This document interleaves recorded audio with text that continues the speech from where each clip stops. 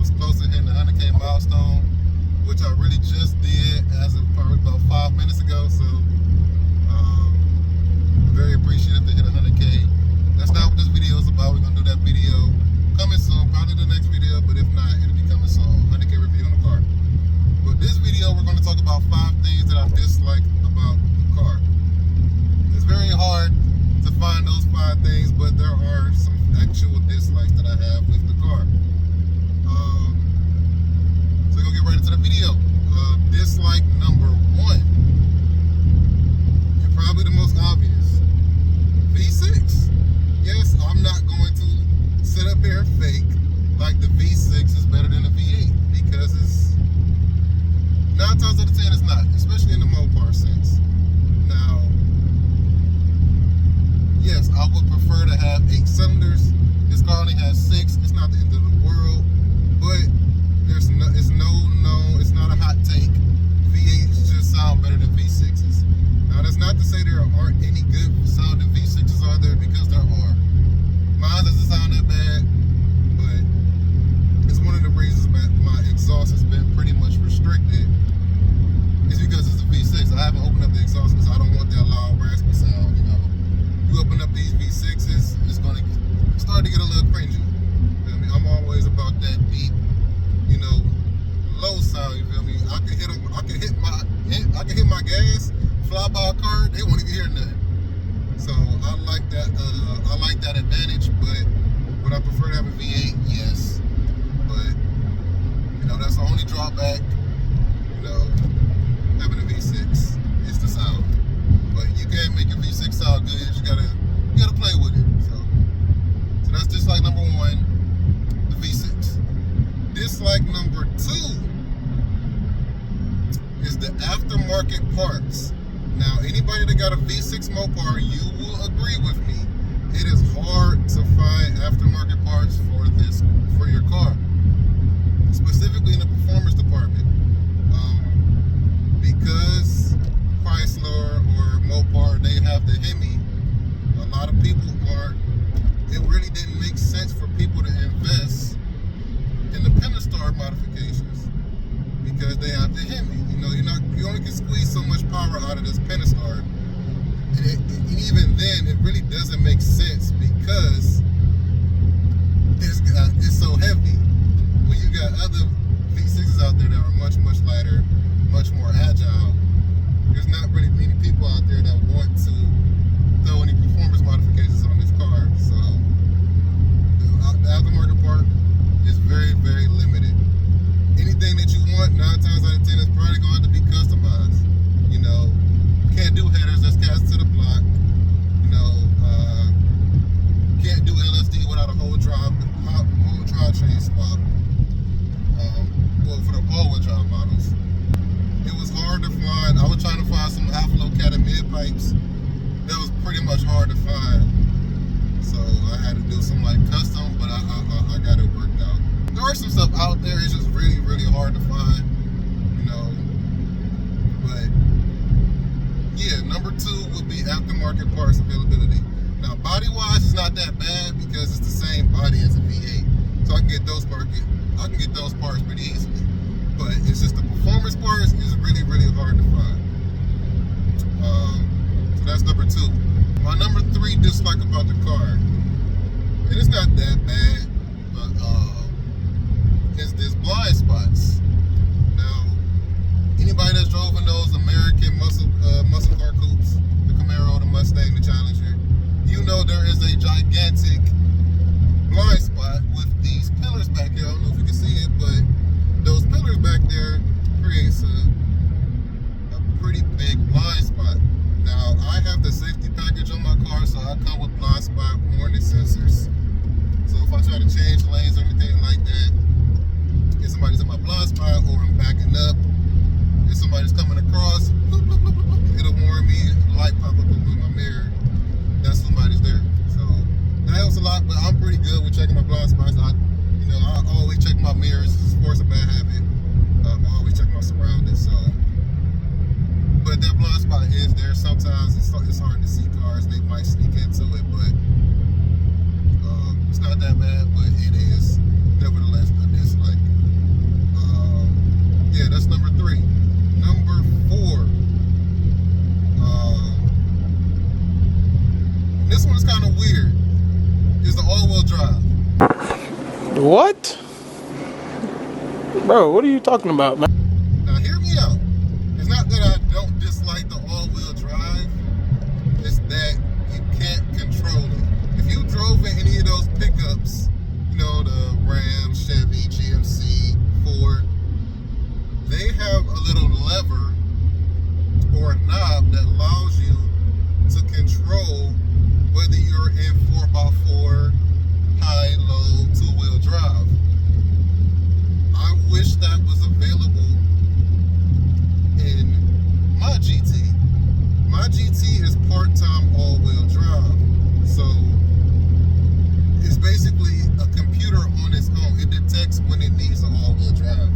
You cannot control, per se, when it goes in an all-wheel drive. It detects when it needs it. So, for example, if I throw it in sport mode, it automatically goes in an all-wheel drive. If it's below 40 degrees, it's automatically an all-wheel drive. If I go into manual shifting or use the paddle shifters, it goes on all-wheel drive. If I try to turn off the traction, it goes on all-wheel drive. It has many indications and many conditions preset to the computer to detect when an all-wheel drive should be active. Now, I can disable it by pulling some fuses, but I would much rather prefer for it to be a little button, a little thing in the settings, a little knob that I could just turn it on and off. You feel me?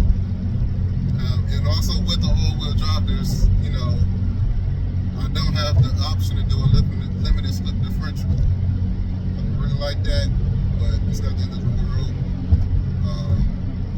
Then another con with the all-wheel drive is you will have to keep square tires with the same tread all the way around. So that means if you blow one tire, you will have to replace the whole set.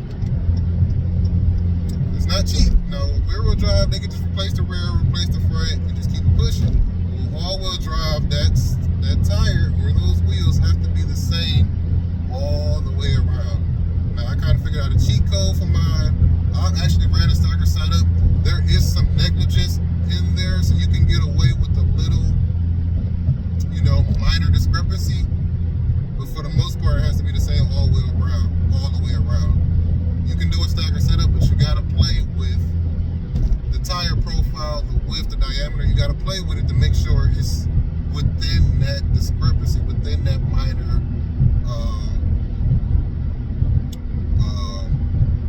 I can't think of the term for it, but as long as it's within that window, you will be fine. But yeah, number 4 would be the all-wheel drive system. And number 5, and pretty much this is not even limited to the V6, but anybody with a Charger, Challenger, Durango, Jeep would agree with me, is the hotness of the car, aka the attention of the car. Now, what do I mean by that? You get attention from 2 different kinds of people. Unwanted attention from different kinds of people. You got the jack boys, aka these guys that's out here stealing these and stripping them down and parting them out. And then the law enforcement. Now, with the jack boys, they stealing these cars, they parting them out, you know, in the black market. It's really annoying. Now, unfortunately, I take that back. There was one incident, but it wasn't, they really didn't even try to steal it. That could be a story time, so I'm gonna say that, but there was one incident with the car, but nothing major happened. Nobody saw anything like that, but I'll say that for a story time. But with the jack boys, they trying to steal a car, part them out, such and such and such. Now, fortunately for me, I have a V6, so I don't know if that's helping me a lot, but nobody tried to steal a car because it's a V6. You can't really get much for a V6 engine. Even a supercharger, you know, it's only compatible with the Pentastar, so there ain't much you can do with that either. Now, the only thing they would really want to steal my car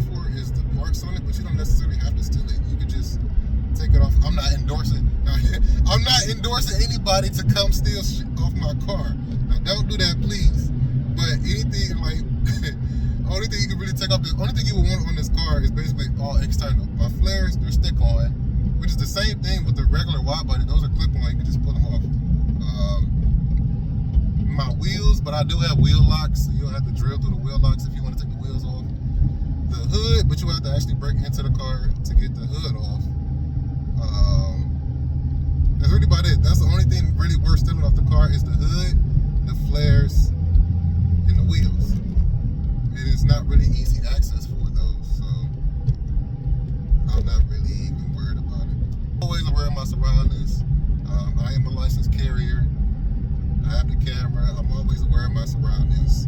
You know, I'm never in any sticky situations. I'm never any place that I shouldn't be. I'm never really out at night.